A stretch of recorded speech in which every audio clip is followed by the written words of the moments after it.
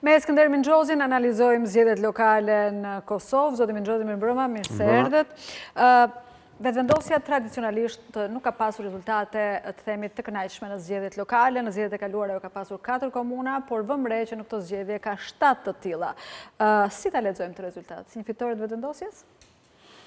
Është një fitore e Pirros, pra ka përmirësuar humbjen, pra atë pozitë që kishte shumë tërhequr në raport në pushtetin lokal, por nëse llogarisim që janë 28 komuna shqiptare, po quajmë, sepse pjesën tjetër i merr pakica serbe, në 28 komuna e ka marrë çerekun e tyre, pra 25%, e thënë ndryshe.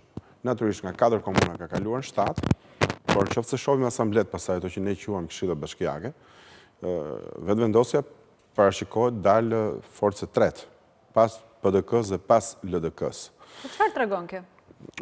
Kjo tregon, unë mendoj që këto zgjedhje pasqyrojnë në thelb pak a shumë situatën e fragmentuar politike në Kosovë, që mbizotron jo vetëm prej shkurtit kur aty u kryen zgjedhje, po s'po zgjedhet dot një qeveri e dal nga zgjedhjet, mezi u mblodh parlamenti, por është një situatë e fragmentuar prej shumë vitesh, çka i dedikohet sa ligjit elektoral, ashtu dhe kushtetutës, sepse, si që do ta shohim më tej gjatë javëve dhe muajve që do të pasojnë, kriza kosovare nuk ka thjesht vetëm problemin e ndarjes komunave, por siç po e themi, të mbivendosur me të ka një krizë të vjetër politike kombëtare, e cila daton qysh prej shkurtit ku, siç e tham, pra nuk mblidhet dot parlamenti dhe ende Konjufca është i mandatuar i dytë me gjasa të pakta për të krijuar një qeveri, pasi Kurti dështoi ta krijojë qeverinë.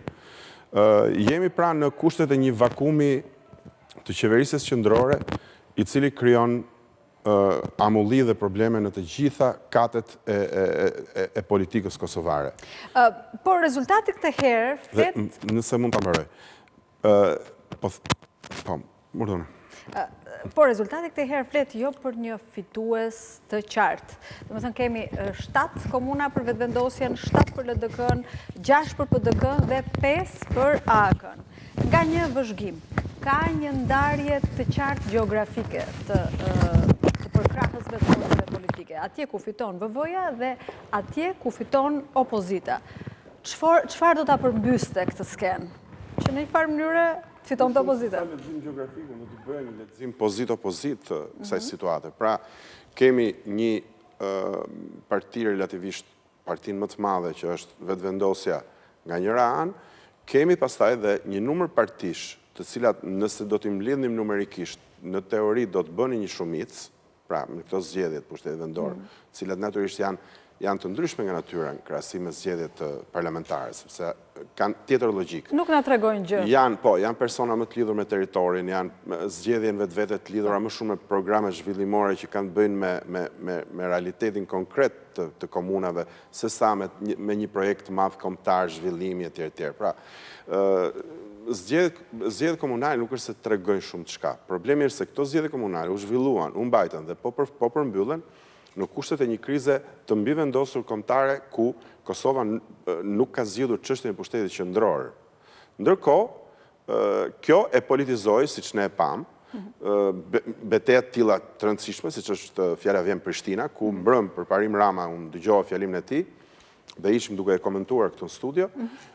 Fjalimi i tij si kryekomunar i Prishtinës i rikonfirmuar mund të ishte fare mirë fjalimi i një kryetari opozite, me që ai i përket LDK-s. Pra, goditi Kurtin, që ne nuk jemi për bllokimin së qytet, ne nuk jemi për bashkëpunimin, ne nuk jemi për arrogancën ndaj kundërshtarit politik, pra nuk foli aq shumë si një zgjedhur i pushtetit vendor, por foli si një person i cili natyrisht përfaqëson Prishtinën, por përfaqëson një herësh edhe politikanin klasik kosovar që sot kërkon një zgjidhje të formatit kombëtar më shumë se sa të atij lokal. Edhe pushtetin e LDK-s, njëkohësisht. Patjetër edhe pushtetin e LDK-s. Dhe me që nuk munda ta them, Kosova pra për shkak të ligjit elektoral që ka, me të cilin zgjedh pushtetin qendror, për shkak të mënyrës se si zgjedh dhe presidentin, Kosova në horizontin e saj ka 2 kriza dhe jo një.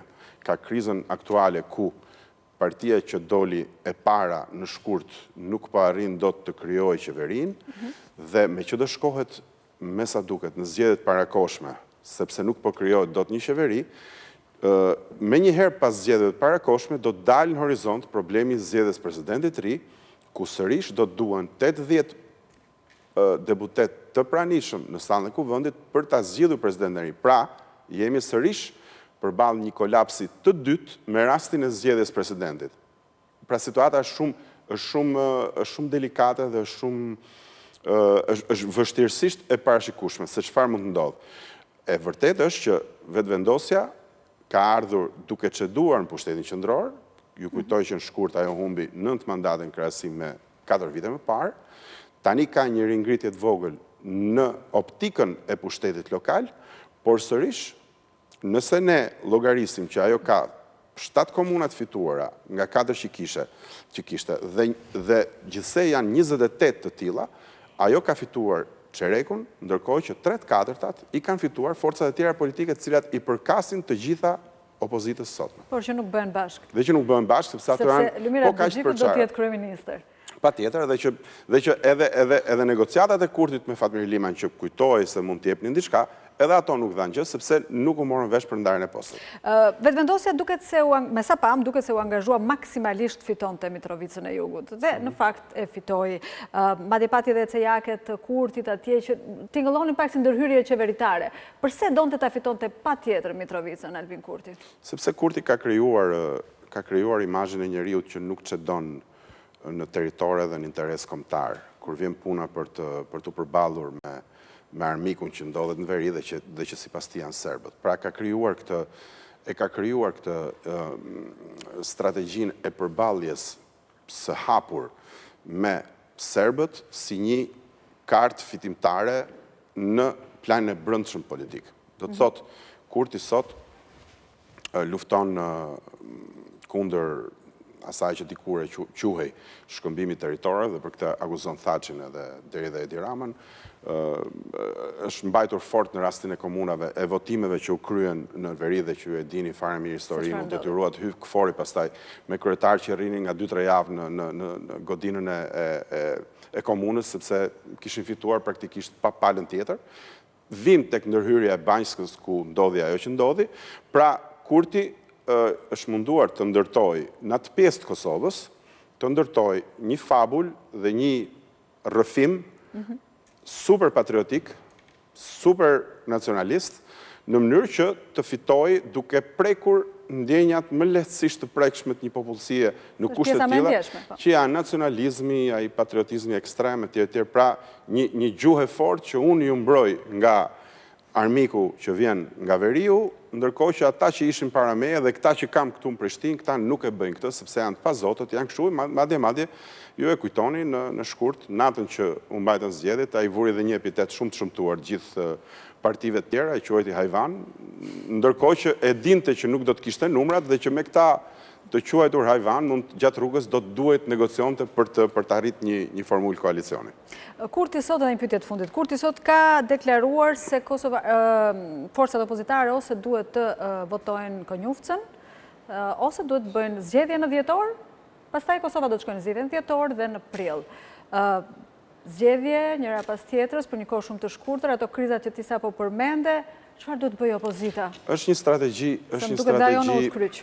strategji kundërvënie, është një strategji vetizoluese, natyrisht që opozita ka kusuret e veta është tejet e përçarë, por zakonisht kur nuk shkojnë mirë punët në një shtëpi, fajin ja vend zotit shtëpisë. Dhe 4 vjet e këtej për zot shtëpia e Kosova ka pasur vetëvendosin normalisht, që ka qenë forca që ka udhëhequr, ka pas qeverinë qendrore dhe që për fat keq përveç se përballjes elektorale dhe ruajtjes votave në emër të atij nacionalizmit që thamë dhe të asaj linjës ashpër abrazive që ka Kurti, thellësisht partijake, por jo shtet ndërtuese dhe shtet formuese, kjo ka prodhuar që Kurti të ndjehet mirë në situata ekstreme përplasje dhe mos ndjehet mirë në kopaqe. Aq e vërtet sa që në 4 vjet qeverisje, me zgjedhjet e fundit të Shkurtit, ai rezultoi se kishte humbur një numër jo të vogël mandatesh. Pra, kishte pasur një të kurrje në nivel të gradimente dhe të pëlqyeshmërisë të publikut kosovar. Prandaj, Kurti gjithmonë kërcënon me kartën e zgjedhjeve, sepse e di që në krahasime të tjera do të dali pari, po se që ndodh pastaj që mbetet vakum puna, që vazhdon Kosova nën sanksione, që Amerikanët i thonë ti nuk je njeriu me cilin ne duam të negociojmë. Pra që i ka krijuar vendit një pozit izolimi që është absurde në vitin 2025, kur i gjithë rajoni parashikohet dhe po përpiqet të krijojë ato urat e njohura tashmë të afrimit si me BE-n, si me Amerikën, sepse është një rajon i varfër i cili ka nevojë jo vetëm për mbrojtje dhe investim ekonomik, por është edhe në planin gjeopolitik, sidomos Kosova, po edhe realitetet tilla si Bosnja pak më lart, kanë nevojë për një asistencë dhe një mbështetje të fortë ndërkombëtare perëndimore përkatësisht Kosova, duke filluar me amerikanët, duke vazhduar dhe me evropianët, pasi vetëm kësaj ajo mund të vazhdojë me procesin e njohjeve, mund të ulet dikur në KB, pastaj më vonë në organizmat e tjerë dhe të marrë kështu një status të një shteti normal, të hapur dhe që bashkëpunon me tretët e nuk mbyllet ashtu siç e ka prodhuar qeverisja e vetë vendosjes në 4 vite. Duket se ky nuk është shqetësimi i Albin Kurtit. Ky është problemi se do më shumë votat e Mitrovicës Jugut se sa një Kosovë tjetër. Menxhozi, falenderoj që ishe me mua sonte. Faleminderit.